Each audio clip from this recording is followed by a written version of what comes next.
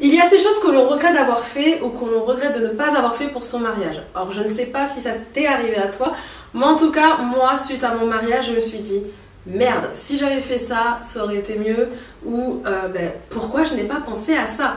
Du coup, aujourd'hui, je te propose d'aborder cette thématique de manière à ce que tu ne te trouves pas confronté à des regrets avant le jour J et après le jour J.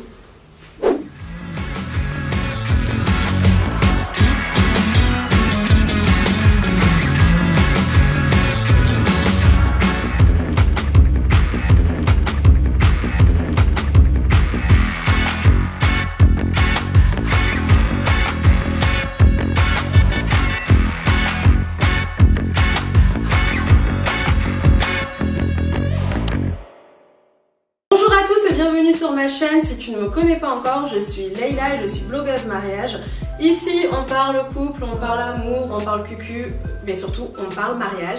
Aujourd'hui je souhaite aborder avec toi une thématique qui me semble assez importante et dont on ne parle pas assez lorsqu'on prépare son mariage. Ce sont les erreurs à éviter. Du coup j'ai essayé de restreindre un petit peu ma liste et je t'ai préparé en fait 5 erreurs qui pour moi semble très importante. Et bon, je ne suis pas trop familière de ce genre de délire, donc avant de commencer sur cette thématique, je t'invite à t'abonner à ma chaîne pour ne rater aucune vidéo sur tous les conseils que je vais t'indiquer, d'activer la cloche et tout le tralala qui va avec. La première erreur à ne pas éviter et qui a été l'erreur fatidique que j'ai moi-même faite, c'est de faire appel à un ami ou à l'ami d'un ami en tant que prestataire mariage. Alors personnellement, j'ai voulu rendre service et j'ai voulu faire preuve de générosité. Une de mes amies m'avait dit « Mais Leïla, pour ton mariage, j'ai la photographe qu'il te faut ». Du coup, je me suis dit « Bon, allons-y ». J'ai rencontré cette photographe qui n'était pas trop à mon goût, mais je me suis dit « Why not ?» sachant qu'elle me fait un tarif. Réal, lui, c'était pas du tout son délire, mais je l'ai pas écouté parce que je me suis dit bon, c'est moi qui décide.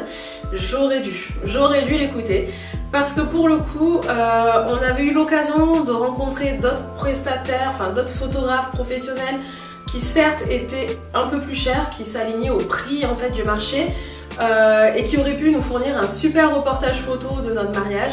Mais en nous étant tourné vers cette photographe, le jour de notre mariage, elle faisait la gueule. Elle nous a clairement raté nos photos de mariage. Ouais, je sais, c'est le comble pour une blogueuse mariage. Mais quand je vous dis qu'elle nous a raté les photos de mariage, elle nous les a vraiment ratées. Il y a les 3/4 des photos qui ne sont pas exploitables.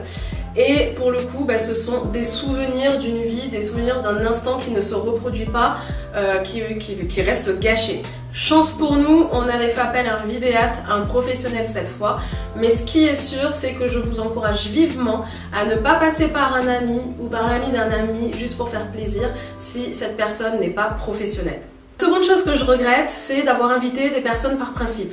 Alors, je suis sûre que vous y êtes confrontés les gars. En tout cas, généralement, on a soit la mère, soit la belle-mère qui intervient en mode « Mais quand même, Leïla, tu vas pas inviter le boulanger, il te connaît depuis que t'as 4 ans, quoi. » Ou alors le cousin que tu n'as pas vu depuis 22 ans, mais que tu invites par principe juste parce qu'il fait partie de ta famille. Ou la copine de la meilleure amie de ta mère parce que ta mère n'a pas envie de se retrouver solo. Bref. On est quand même assez relativement confronté à ça, surtout quand ce sont les parents qui payent. Moi, je t'invite véritablement à être maître et maîtresse de ton mariage. C'est ton moment. Tu décides de qui vont être les personnes qui vont t'accompagner pour ce jour J. Parce que clairement, quand tu te retrouves avec des gratte-assiettes que tu n'as pas envie de voir, ça te fout bien les boules. Donc, conseil les amis, la liste de vos invités vous appartient qu'à vous seuls. Un autre regret que j'ai eu, ça a été de ne pas avoir fait appel à une wedding planner pour la coordination de mon jour J. Personnellement, je me suis dit, c'est bon, je gère tout moi-même pendant 2 ans, ça va le faire. Alors oui, c'est sûr, j'ai de bonnes bases en organisation. Pour moi, tout était clair, tout était précis, mais pour le jour J, j'aurais clairement dû faire appel à une coordinatrice. Pourquoi? Parce que même si on passe 2 ans ou 1 an à fignoler son mariage, il y a toujours des imprévus. Mais ça, je suis vraiment sincère avec vous. Il y a réellement tout le temps des imprévus. Anecdote. De mon côté, j'avais fait appel à un groupe de gospel pour l'église. Donc dans le déroulement de mon mariage, la première étape était donc celle de la mairie. Et il y a souvent un planning à tenir, on le sait, hein. À telle heure t'es à la mairie, à telle heure t'es à l'église ou à ta cérémonie laïque, à telle heure ça commence, à telle heure tu passes à table pour pas que le foie gras fasse la gueule, bref. Donc du coup nous on avait fini notre passage à la mairie, on arrive à l'église et là on me dit Leïla, par contre ton prêtre n'est pas là. Comment ça, il n'est pas là? Et pour le coup, le groupe de gospel qui était prévu était en pleine panique, ne savait pas que nous, avec des invités, on était déjà dehors. Pour les invités, du coup, ça semblait en quelque sorte transparent, mais moi, je savais qu'il y avait une couille dans le potage, en fait. Mon prêtre n'est pas là. Donc du coup, qu'est-ce qui se passe? Je l'appelle pour savoir où est-ce qu'il est. Il me fait « Ah, mais vous êtes arrivé en avance, j'arrive ». Le mec arrive, il se gare sur le parking, il avait même pas sa robe là de prêtre, vous savez.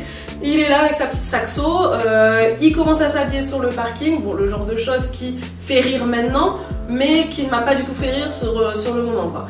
Donc déjà, on a eu ce premier imprévu qui aurait pu être géré si j'avais eu quelqu'un qui avait coordonné la journée. On a eu un autre imprévu qui a été le fait que le vin d'honneur, on était tellement bien qu'on n'a pas forcément vu l'heure passer. Donc du coup, les prestataires me cherchaient pour me dire oui, en fait, à quel moment vous avez passé à table? Parce que nous, on a sorti les choses. Ça va, avec la chaleur, du coup, ça va tourner. Donc vous voyez, j'avais du mal à réellement profiter de mon moment parce que j'étais le point focal en fait. Alors j'avais pourtant des témoins et des demoiselles d'honneur.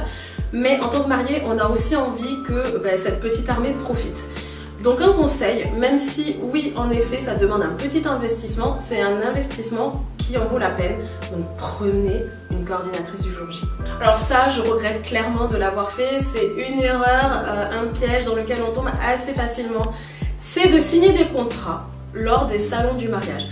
Alors lorsqu'on va à des salons du mariage, il y a ce petit truc qui s'appelle la promotion sur le moment.